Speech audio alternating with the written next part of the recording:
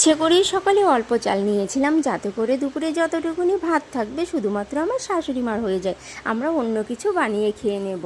এর জন্য কালকে রাত্রের মাছের মুড়ো দুটো ভালো করে ভেজে নিলাম।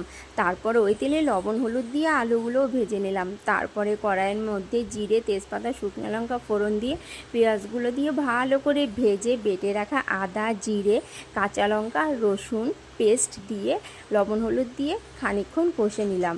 এরপর আধা ঘন্টা ভিজিয়ে রাখা গোবিন্দভোগ চাল দিয়ে অনেকক্ষণ কষিয়ে নিলাম, যতক্ষণ না কাঁচা গন্ধ যায়। তোমরা কিন্তু আবার এটাকে কেউ মুড়ি ঘন্ট ভেবো না বন্ধুরা, মুড়ি ঘন্টটা আমি আলাদাভাবে রান্না করি। চালটা কষানো হয়ে গেছে, এবার আমি জল আর মাছের মাথা আলু দিয়ে ভালোভাবে ঢেকে দিলাম। জলটা তোমরা পরিমাণ মতো দেবে।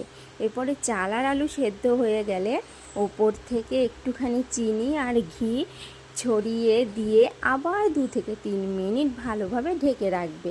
এরপরে গরম গরম পেঁয়াজ আর শসা দিয়ে একবার খেয়ে দেখো বন্ধুরা, হেব্বি টেস্ট হয়েছে। তোমরাও বানাও তাড়াতাড়ি।